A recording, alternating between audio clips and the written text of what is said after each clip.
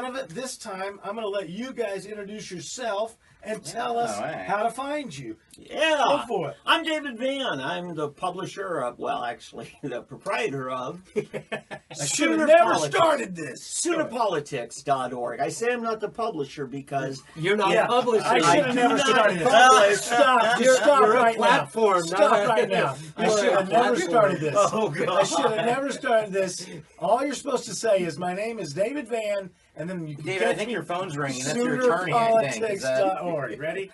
Just tell them your name and where we can find you. Don't explain anything. Gary Richardson wants to know where he can serve papers.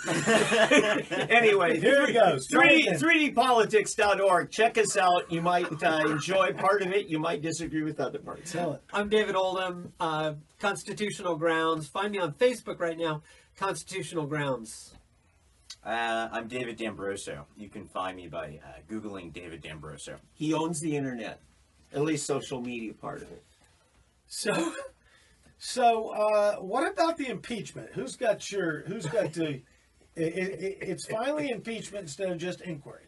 Well, Merry Christmas for one thing, you know. And by the way, Nancy Pelosi does not hate, especially at Christmas time. This is not hate. She loves Donald Trump so much that she.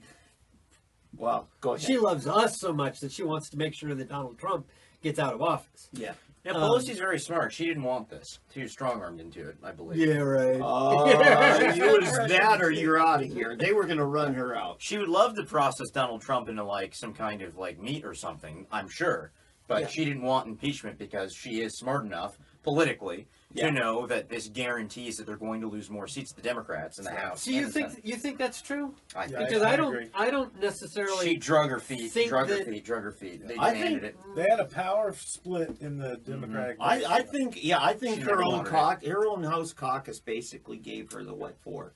And that was about 3 months ago. And her rationale probably is, you know, it's going to be a train wreck, but who better to preside over this train wreck? I will mitigate the damage to the Democratic Party. I'm Nancy Pelosi. I think that's what she believes. Yeah. It's I pathetic. agree. Yeah. It's I noticed that most of the Democrats consistently and almost go out of their way to use the concept of the system they're saving as a democracy. Oh, it's a democracy. So I started chiming in, Republic, not a democracy. I was pleased to see that some of the Republicans finally said it's a representative republic, but I've noticed a concerted effort, not only from the Democrats, but also in the news media, to continually ring that it's a democracy, got to save democracy. It's a threatens brilliant our democracy. conflation, and it's just one of many examples of how the left controls language. They control the frames on all the debates, and we as conservatives have to stop it. The reason why Trump is so hated by the establishment of both parties, because it's really one party, it's the powered interests in Washington, is because Trump discards their narratives. He throws them in the garbage. All the other Republicans, like Mitt Romney, will show up to a debate on a premise of when do you beat your wife, before or after dinner, and he will discuss when he beats his wife, when he doesn't at all. He accepts the frame that somehow he beats his wife. That's typical conservatism, and it's going away thanks to Trump. I want to say, Oldham, I think you'll appreciate this perspective. Back Andrew Jackson's day, Washington hated him. He's very much like Trump. It was a very and that's part of the reason Trump identifies with Andrew Jackson, because they're both outside. I did find it hilarious, though, that each time they talked about CrowdStrike or Burisma, it was and Biden, the Democrats admitted that automatically, if you say Burisma, we're talking corruption, and if you're talking corruption, we know you're talking Biden.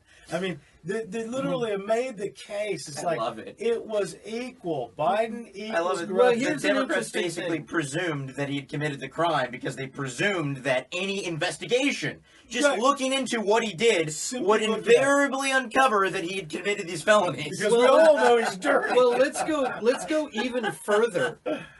Because you are looking into potential corruption, or we'll leave it in the potential realm, okay? And you want somebody to look into corruption, investigate it for you from their end of things. To take that rationale that because there's an election and the person who possibly was committing or alleged to have committed corruption could potentially be your candidate.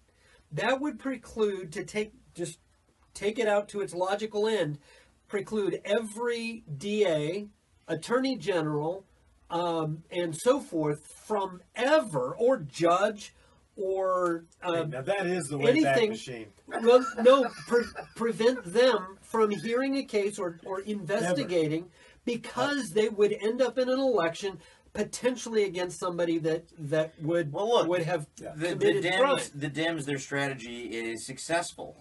It's succeeding at this table tonight. We're talking about their nonsense premise instead of what we should actually be talking about.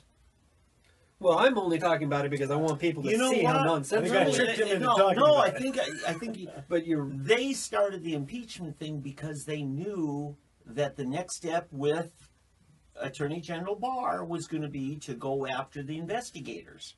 Right? Is that what you're getting at? Yeah. Okay.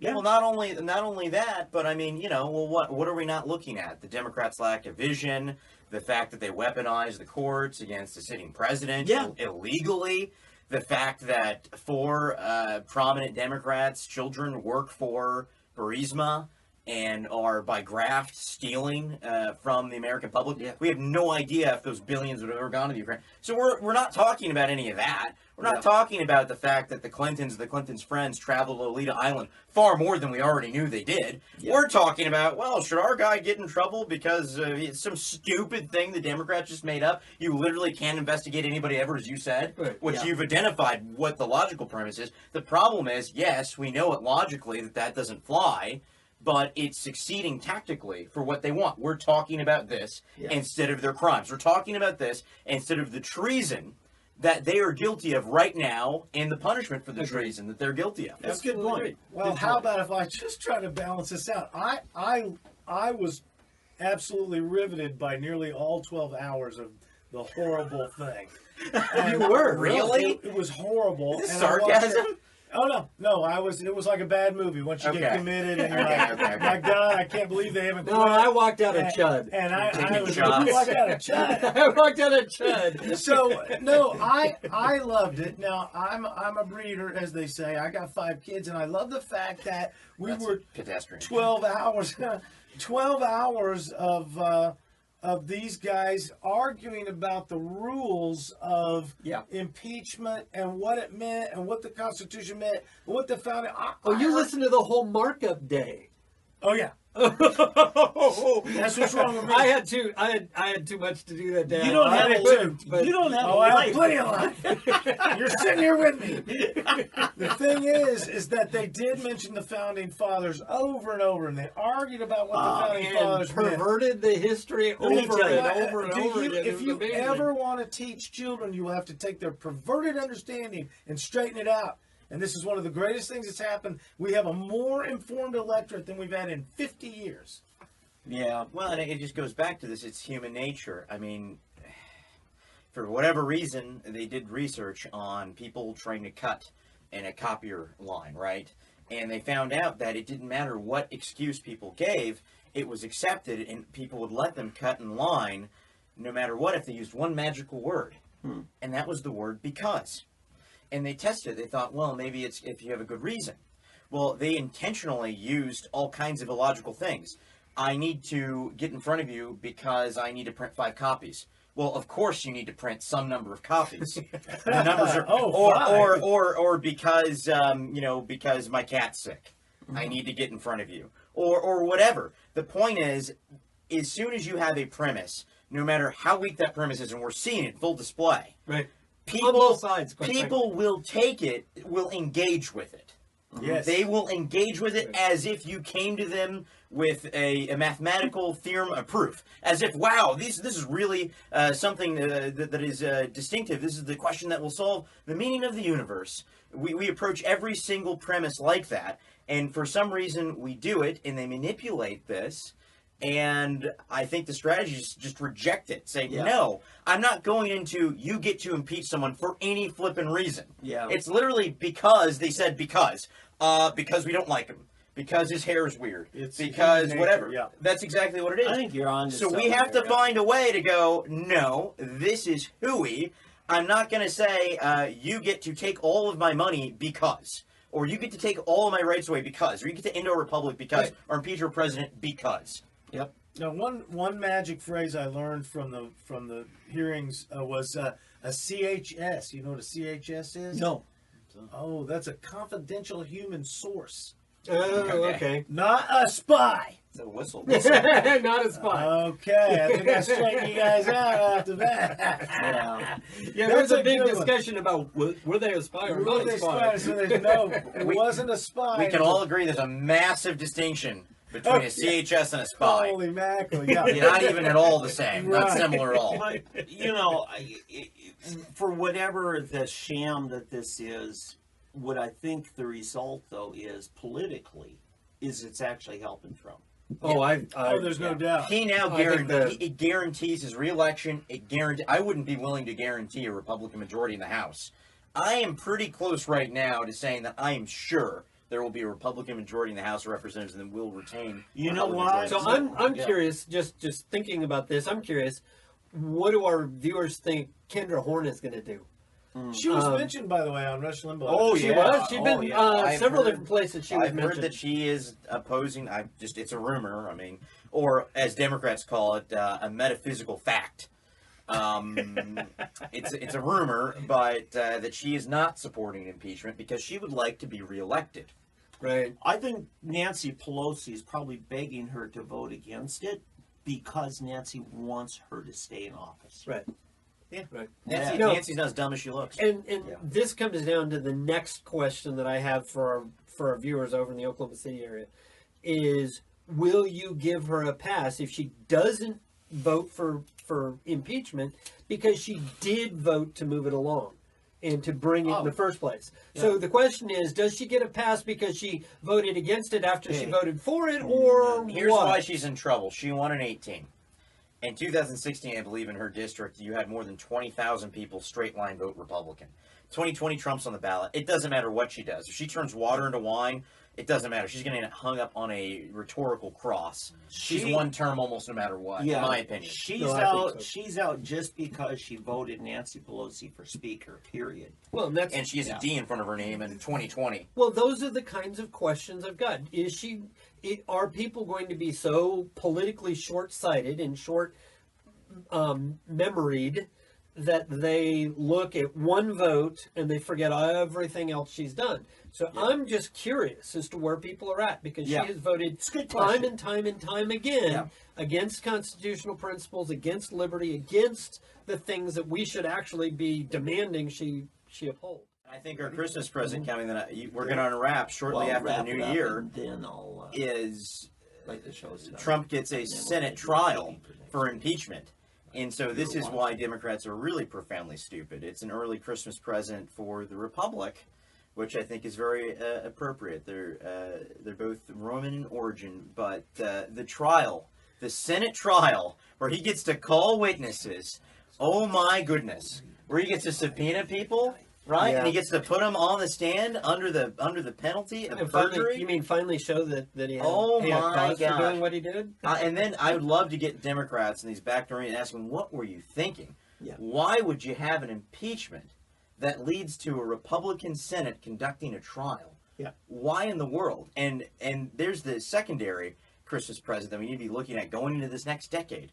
We have been on the back foot as conservatives for over 100 years.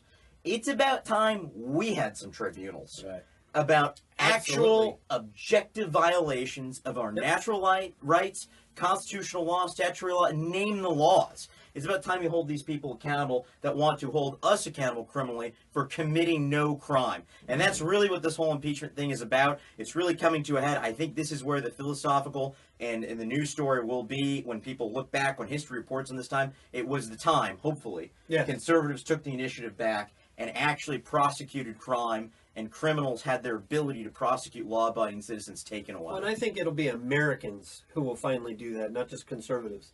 I think because we Don't be redundant. well, you are right. The thing is that we have plenty of people who call themselves conservatives who aren't good patriots, but we are getting back to a time of a head where you have your nationalistic, just your patriotism that isn't founded in anything truly patriotic, versus people who are finally learning what true patriotism is. No, yeah, and I think there's a point to it. It's not just the conservative, the Trump segment. You got Jonathan Turley.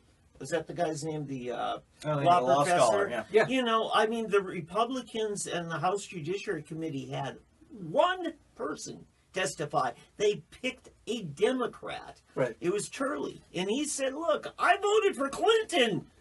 But you guys are nuts to be impeaching this He's guy. intellectually honest, and it's Yes. true. Right. It's mostly conservatives, but no, there is a big tent here. It's anyone who's intellectually honest. Right, and even if you know, take what's his name, the law professor Dershowitz. at Dershowitz. You know, he's a liberal, but he says this is nuts. This is a miscarriage of justice, of our constitutional separation of powers and stuff. And then you got your Brexit movement. You've got people that maybe they aren't far-right Republicans, you know, but they're at the same time say, I no longer identify with the radicals on the left. These are all conservatives, because what is more fundamental than truth? We're trying to literally conserve the truth and the national integrity. Yeah. These people are now becoming all. Alan Dershowitz is an honorary conservative. But I'm telling you, there are plenty of people who are now saying this is wrong, even though they plan on voting Democrat. They still say this is wrong. And it's growing.